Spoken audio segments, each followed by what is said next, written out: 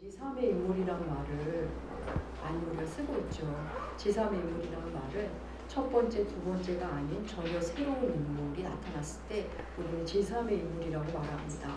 주연급도 아닌데 새롭고 참신한, 갑자기 툭 튀어나오는 것 같은 사람, 그렇지만 나름대로 맥락이 있는 사람, 그래서 더 시선을 끄는 인물을 제3의 인물이라고 우리는 말합니다. 근데 그런 인물들은 되게 실력이 있고 나름의 색깔을 가지고 있는 경우가 많습니다. 우리는 계속 욥기를 살펴보는데 욥기 3장부터 앞선 우리 31장까지 계속 욥과 세 친구들의 논쟁이 벌려왔습니다. 지난주 욥의 최후 진술을 끝으로 욥도 세 친구들도 더 이상 말하지 않습니다. 그들이 아무 말 하지 않자 갑자기 어디선가 제3의 인물 엘리후라는 사람이 등장합니다. 엘리후라는 사람에 대해서 앞에서 전혀 언급이 없었는데 그의 말을 들어보니 처음부터 욥과 세 친구들의 말을 다 들어온 사람임에 분명합니다. 그런데 그는 세 친구와 엘리바스, 빌다, 소발과는 좀 다릅니다. 사실 그는 이름부터 그들과 다릅니다. 엘리후라는 이름은 히브리식 이름입니다. 그 이름의 뜻은 여호와는 나의 하나님이시다입니다. 성경은 그가 람종족 부스 사람 바라겔의 아들이라고 말합니다. 성경에서 그의 가문을 말하고 누구의 아들이라고 말하는 것은 그가 힘을 가진 가족, 그 가문 출신인 경우가 대부분입니다. 바라겔이 어떤 사람인지 몰라도 엘리후는 유력한 가문의 사람임에 분명합니다. 엘리후는 자신이 지금까지 나이가 어려서 듣고만 있었는데 이제 말해야겠다 하는 걸 보면 그는 젊은 사람임에 분명합니다. 욥이나 욥 친구보다는 조금 젊은 그런 사람입니다. 성경은 엘리후의 등장을 이렇게 말합니다. 우리 성경 말씀 욥기 33장 2절과 3절 우리 함께 읽겠습니다. 람종족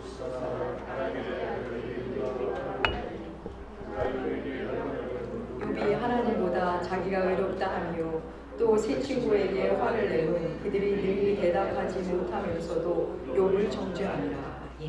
엘리후는 하나님보다 자기가 의롭다고 하는 욥에게도 화가 나 있고 욥에게 바른 말도 못하면서 정죄만 하고 있는 세 친구에게도 화가 나 있습니다.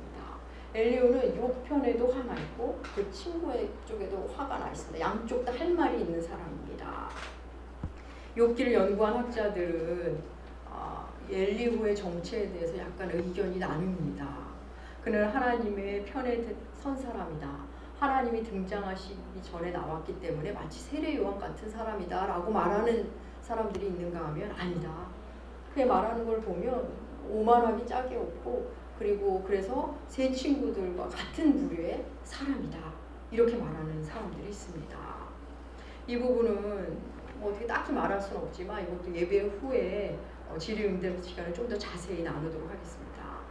어쨌든 우리 욥기 마지막을 우리는 압니다. 욥기 마지막에 하나님은 욥의 세 친구들이 하나님에 대해 잘못 말했다고 말씀하십니다. 그런데 그때 세 친구만 언급하지 엘리후는 잘못했다는 말씀을 안 하십니다. 그러니까 엘리후는 분명 다른 세 친구와는 다르게 다루어지는 인물임에 분명합니다. 그는 매우 오만한 듯 내 말을 들어보라며 화를 내며 등장하지만 그가 본론을 시작하기까지 자기가 말을 할 수밖에 없는 이유를 매우 장황하게 나름 예의를 갖추면서 말합니다. 그게 32장 전체를 차지합니다. 물론 그러면서도 그 표현이 매우 좀 건방져 보이고 오만하게 느껴지는 부분도 있습니다. 그래서 엘리후의 태도는 어떻게 보면 예의 바르고 또 어떻게 보면 불손한 그런 모습을 보여줍니다. 엘리후가 화를 내면서 등장하지만 그가 말하는 하나님에 대한 진술은 옳습니다. 맞는 말을 참 많이 합니다. 그렇게 등장한 그가 37장까지 자그마치 6장에 걸쳐서 계속 이야기를 합니다. 여러분 성경에서 우리가 구약을 읽어보면 화를 가장 많이 내는 부류의 사람이 누군지 혹시 아십니까? 바로 선지자들입니다. 선지자들이 하나님의 말씀을 대언하면서 엄중하다 못해 화를 내면서 선포할 때가 왕왕 있습니다. 엘리후의 화가 그런 선지자적 화인지 아니면 참다 못해 이런 것도 모르냐면서 화를 내는 오만불손한 무례한 화인지, 과연 엘리후는 하나님 편에 서 있는 사람인지 아니면 악의 편에 서 있는 사람인지는 일단 보류하고 그의 말을 한번 살펴보도록 하겠습니다. 오늘은 32장과 33장을 보겠습니다. 오늘도 성경 본문을 우리 함께 읽어 나갈 텐데요. 욥과 다른 세 친구에 비해서 나이가 어리다 보니까 그 엘리후의 하는 말의 느낌을 우리 개역 개정판으로는 살려내지를 못한 것 같습니다. 그래서 주로 세 번역을 실어 놓았습니다. 우리 엘리후의 말 7절과 9절, 욥기 33장 7절과 9절 우리 함께 읽겠습니다. 나는 듣기만 하겠다고 생각하였습니다. 오래 사신 분들은 살아오신 것만큼 지혜도 쌓였으니까 세 분들께서만 말씀하시도록 하려고 생각하였습니다. 그러나 깨닫고 보니 사람에게 슬기를 주는 것은 사람 안에 있는 영, 곧 전능하신 분의 입김이라는 것을 알았습니다. 사람은 나이가 많아진다고 지혜로워지는 것이 아니며 나이를 많이 먹는다고 시비를 더 잘 가리는 것도 아니라는 것을 알았습니다. 네. 존댓말하고 있죠. 엘리후는 자기 안에 전능하신 의 입김, 그러니까 전능자의 숨결이 있다고. 다시 말해 하나님께서 깨달음을 주셨기 때문에 나이는 어리지만 나도 말해보겠답니다. 연쟁자라고 해서 더 지혜로운 것도 아니고 나이가 많다고 해서 시시비비를 더 잘 가리는 것이 아니니 나도 한번 말해보겠다는 겁니다. 연장자의 입장에서는 조금 듣기 불편할 수도 있지만 뭐 딱히 틀린 말도 아니라는 생각이 듭니다. 아무튼 그의 말을 쭉 따라가 보겠습니다. 그는 자기는 처음부터 네 분의 말을 다 들어왔다고 말합니다. 어른들의 이 어르신 네 분의 말을 듣는 동안 자기 마음 안에 말이 꽉 차서 마치 새 포도주를 담은 새 가죽 부대 같아서 막 터질 것 같다는 표현까지 합니다. 그렇게 자기는 말이 꽉 찼고 할 수밖에 없고 내가 입을 여니 내 혀가 저절로 움직이고 이런 식으로 자기가 말을 할 수밖에 없다는 이유를 32장 내내 말하고 33장부터 본론으로 들어갑니다. 그런데 본론으로 들어가면서 그는 욥에게 먼저 말을 하는데 그는 욥의 이름을 부르면서 말을 시작합니다. 세 번역은 욥 어르신 제 말을 좀 들어주십시오 이렇게 번역합니다. 그러고 보니 생각해보니 앞에 세 친구는 어느 누구도 욥의 이름을 부른 사람이 없습니다. 그냥 말만 했지 그의 이름을 부른 자가 없는데 그런 걸 보면 이 엘리후는 세 친구와는 조금 결이 다른 사람임에 분명합니다. 엘리후는 욥에게 말합니다. 어르신은 스스로 의롭다 말하고 하나님이 어르신을 원수로 여긴다고. 그래서 하나님이 당신의 길을 감시한다고 말하는데 그거는 아닙니다. 당신은 잘못 알고 있습니다. 라고 말합니다. 그의 말 우리 12절 욥기 33장 12절 함께 읽겠습니다. 그러나 내가 욥 어른께 감히 말합니다. 어른은 잘못하셨습니다. 하나님은 어떤 사람보다도 크십니다. 예, 욥 어르신 하나님은 어떤 사람보다 크십니다. 라는 말을 시작합니다. 여기서 앞서 욥 어르신 감히 말하지만 어른은 잘못하신 겁니다. 여기서 잘못이라는 말은 욥의 과거 행적을 말하는 게 아닙니다. 지금 엘리후는 욥이 한 말에 대해서 집중적으로 이야기하고 있습니다. 그러니까 고난 중에 한 말이 잘못되었다고 하는 겁니다. 이어지는 13절 엘리후의 말 함께 읽겠습니다. 그런데 어찌하여 어른께서는 하나님께 불평하면서 대든 어른께서 하시는 모든 불평에 일일이 대답을 하지 않으신다고 해서 하나님께 원망을 할 수 있습니까? 네. 앞서 하나님은 어떤 사람보다 크십니다 하면서 이어진 말입니다. 욥도 하나님이 얼마나 크신 분인지를 아는 사람입니다. 앞서 하나님의 광대하심, 자연을 통해 찬양하기도 한 사람입니다. 그런데 엘리후가 그에게 말합니다. 어르신, 하나님은 어떤 사람보다 크신 분입니다. 이 말은 하나님은 일일이 사람에게 답하실 이유가 없는 분이라는 겁니다. 하나님은 사람에게 허락받고 일하시는 분도 아니고 하나님이 자신이 행하시는 일을 설명하실 이유가 없다는 겁니다. 하나님 너무 크셔서 우리 한 개인에게 그렇게 하실 이유가 없는 그런 크신 분이라는 겁니다. 사실 욥은 앞서서 하나님은 왜 내게 말씀이 없으십니까? 제게 대답을 해주십시오. 이렇게 말하지 않았습니까? 그 말에 대해 엘리야는 그렇게 말합니다. 그러면서도 하나님은 우리에게 그렇게 하실 필요가 없다고 말하면서도 사실 하나님이 이미 말씀하고 계시다는 말을 이어합니다. 14절과 16절 우리 함께 읽겠습니다. 사실은 하나님이 말씀을 하시고 또 하신다고 하더라도 사람이 그 말씀에 주의를 기울이지 못할 뿐입니다. 사람이 꿈을 꿀 때, 밤에 환상을 볼 때, 또는 깊은 잠에 빠질 때, 침실에서 잠을 잘 때, 바로 그때 하나님은 사람들의 귀를 여시고 말씀을 듣게 하십니다. 사람들은 거기에서 경고를 받고 두려워합니다. 예. 엘리야는 하나님이 말씀하셔도 사람이 못 듣는 거지 하나님은 계속 말씀하신다는 겁니다. 그리고 말씀의 통로는 여러 가지라서 꿈을 꿀 때 혹은 잘 때 환상으로도 또 보여주신답니다. 하나님 말씀하시는데 때로는 경고도 하신다는 겁니다. 근데 사람이 못 알아들을 뿐이라고 말합니다.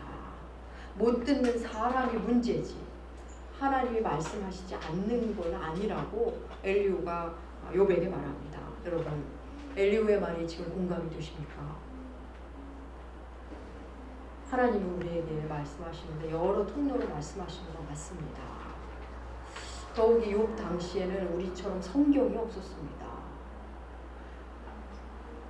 그래서 더더욱 아마 이 꿈 얘기, 환상 얘기 이런 얘기를 아마 했을 겁니다. 우리에게는 성경이 있기에 가장 확실한 말씀이 우리에게 있는 겁니다. 이 부분도 예배 후에 좀 나누도록 하겠습니다.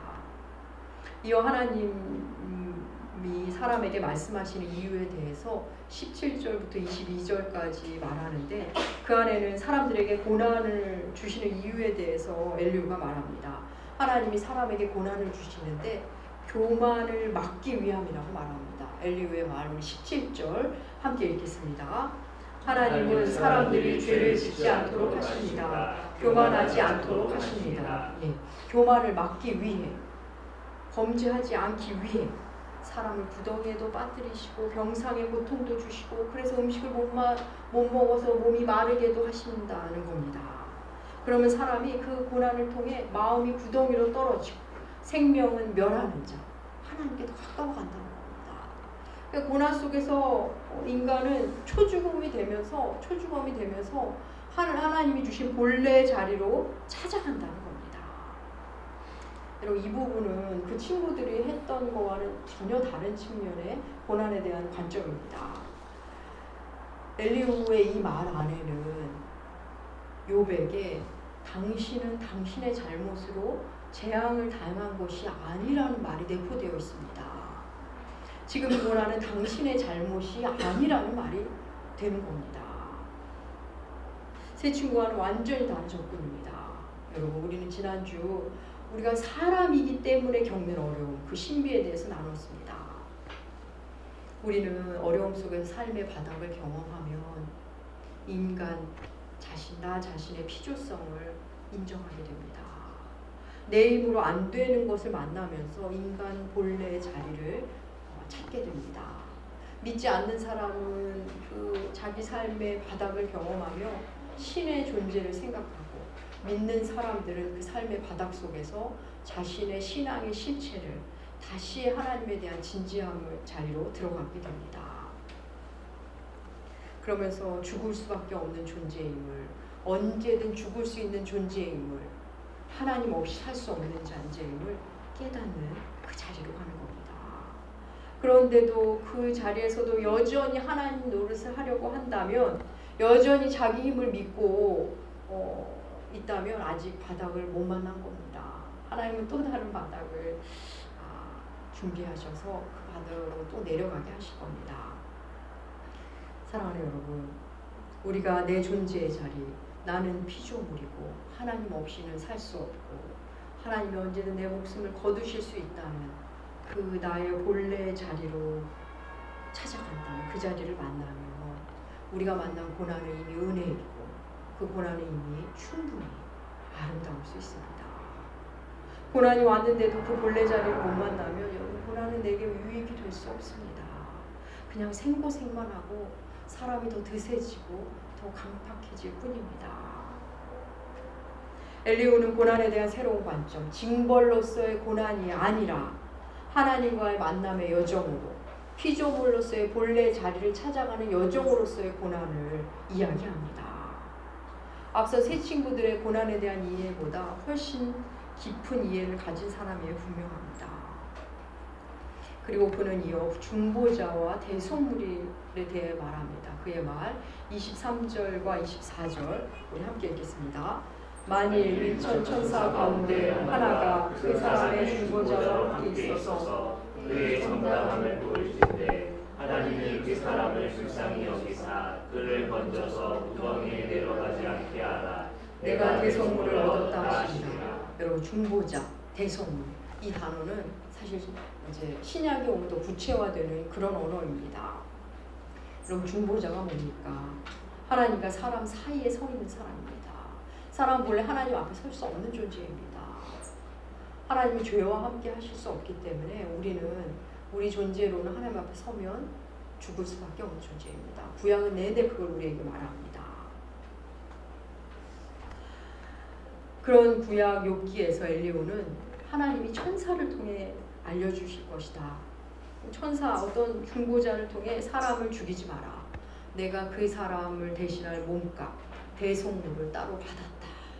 이렇게 말하라 하신다는 겁니다.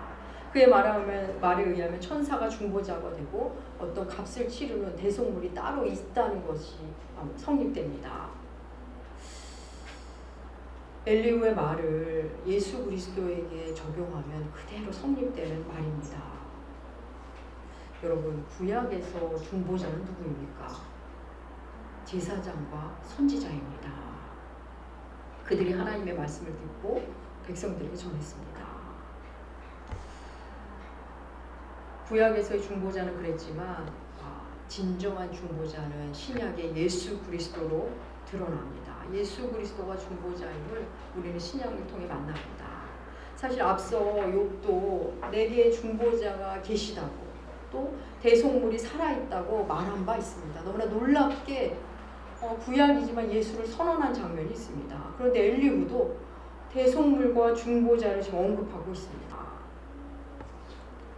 놀라운 것은 욥이 바로 이 욥기에서 그 중보자의 역할을 한다는 겁니다. 여러분 여기서부터 굉장히 중요합니다.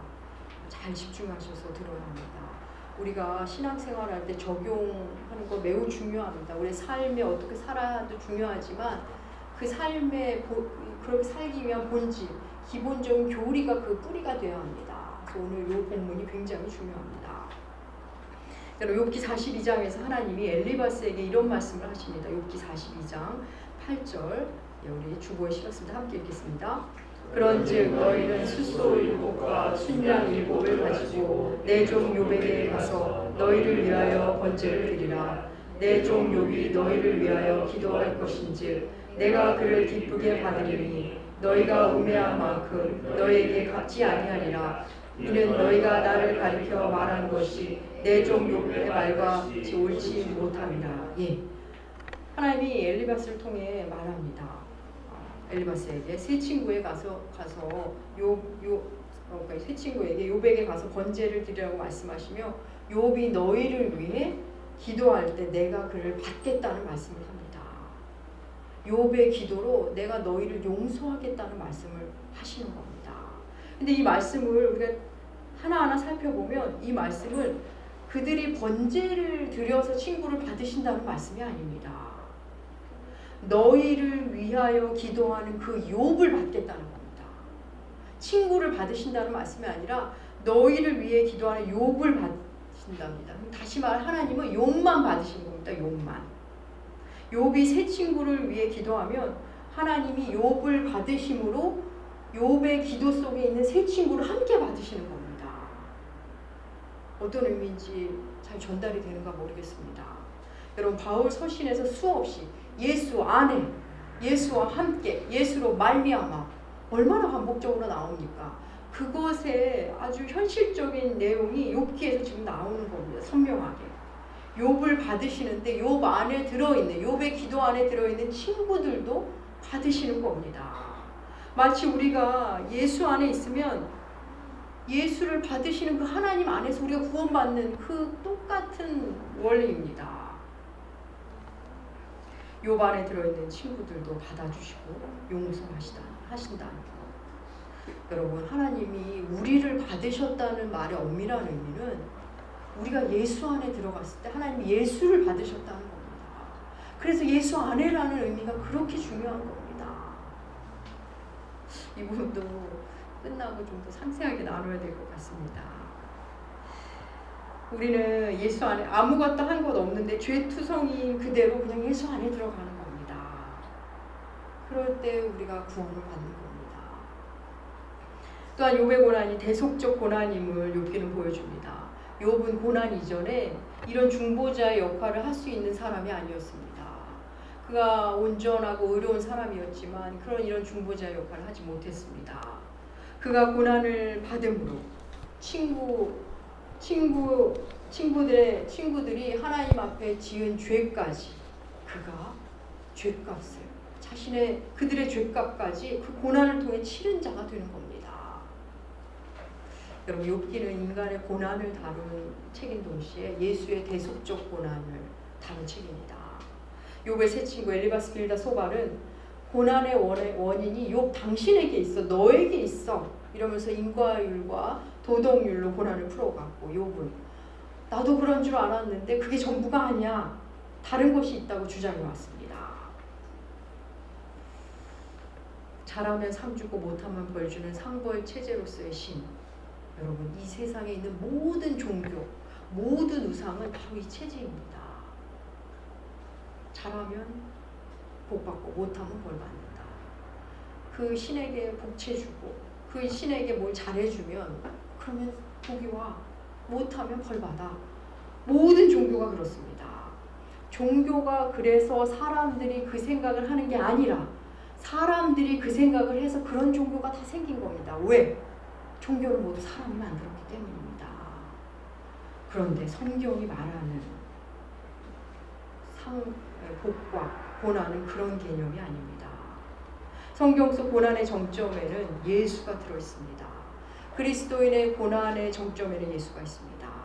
사랑하는 여러분, 우리는 모두 고난을 피하고 싶습니다. 맞습니다. 하지만 고난 중에는 피할 수 없는 고난이 우리에게 있습니다. 내 소관이 아닌 고난들이 우리에게 찾아올 때가 있습니다. 그리스도인들은 고난을 어떻게 대처해야 하는지 말씀 안에서, 공동체 안에서 반드시 배우게 됩니다. 우리는 어떻게 해야 할까요? 베드로 사도는 우리에게 그리스도인들은 그리스도의 고난에 참여해야 한다고 말합니다. 우리 베드로전서 4장 13절 우리 함께 읽겠습니다. 오히려 너희가 그리스도의 고난에 참여하는 것으로 즐거워하라. 이는 그의 영광을 나타내실 때 너희도 즐거워하고 기뻐하게 하려 합니다. 그리스도의 고난에 참여하라. 고난을 당해라가 아니라 참여해라. 여러분, 우리가 이 현대를 살고 있는 우리가 참여할 수 있는 그리스도의 고난은 뭐가 있을까요? 갖고 싶은데 못 가져서 고통스러운 것, 2개 가졌는데 하나 더 갖고 싶어서 괴로운 것, 그런 게 아니면 여러분이 이미 다 아실 겁니다. 여러분, 그리스도의 고난은 타인의 고난 속에 숨어 있습니다. 다른 사람의 고난에 참여하는 것이 그리스도의 고난에 참여하는 겁니다. 억울하게 고난을 당하는 자와 함께하고 배를 고른 자에게 내 밥을 나눠주고 병들어 고통받는 자를 찾아가서 함께 기도하고 말할 곳 하나 없는 곳에 없는 사람 찾아가서 말을 들어주는 것. 물론 형식적으로 그렇게 하는 것을 말하는 게 아닙니다. 그들의 고난 속에 들어가서 우는 자와 함께 울고 그의 고난과 함께 하느라 그의 고난을 나눠주느라 나도 고통스러운 것. 그게 바로 예수의 고난에 들어가는 겁니다. 가난한 자들에게 내 물질을 나눠주고 먹을 것을 나눠주고 아픈 사람과 함께 하느라고 내 마음이 너무 아픈 거. 그러면서도 때때로 상처를 받고 그러면서 상한 심령이 되는 거. 그게 예수의 고난에 참여하는 겁니다.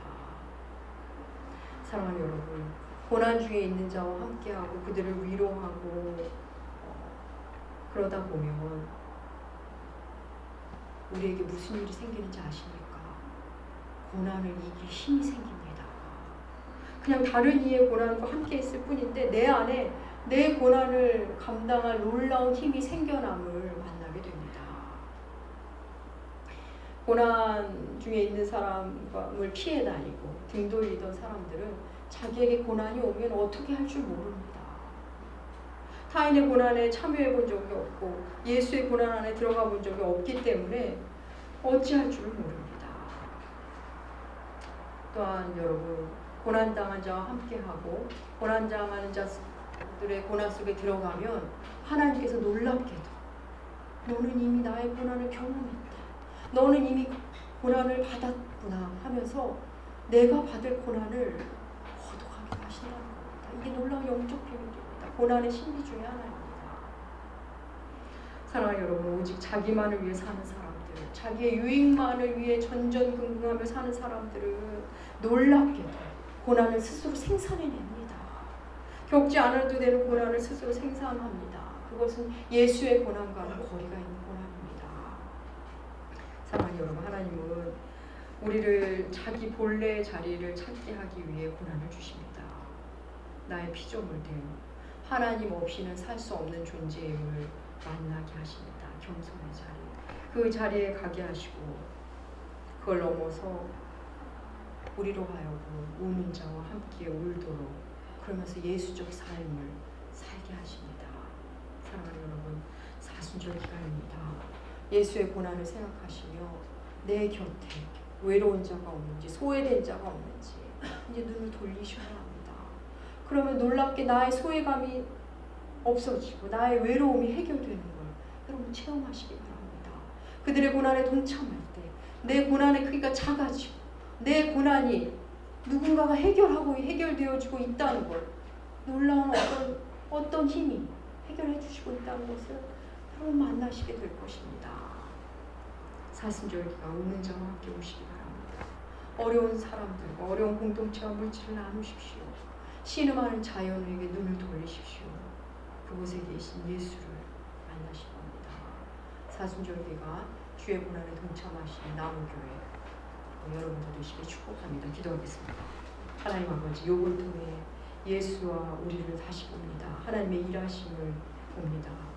욥기를 읽어 내려가며 우리의 삶을 다시금 정돈하게 하시고 주의 고난에 기쁨으로 참여하는 자들 되게 하여 주시옵소서. 감사드리며 존귀하신 예수님의 이름으로 기도합니다. 아멘.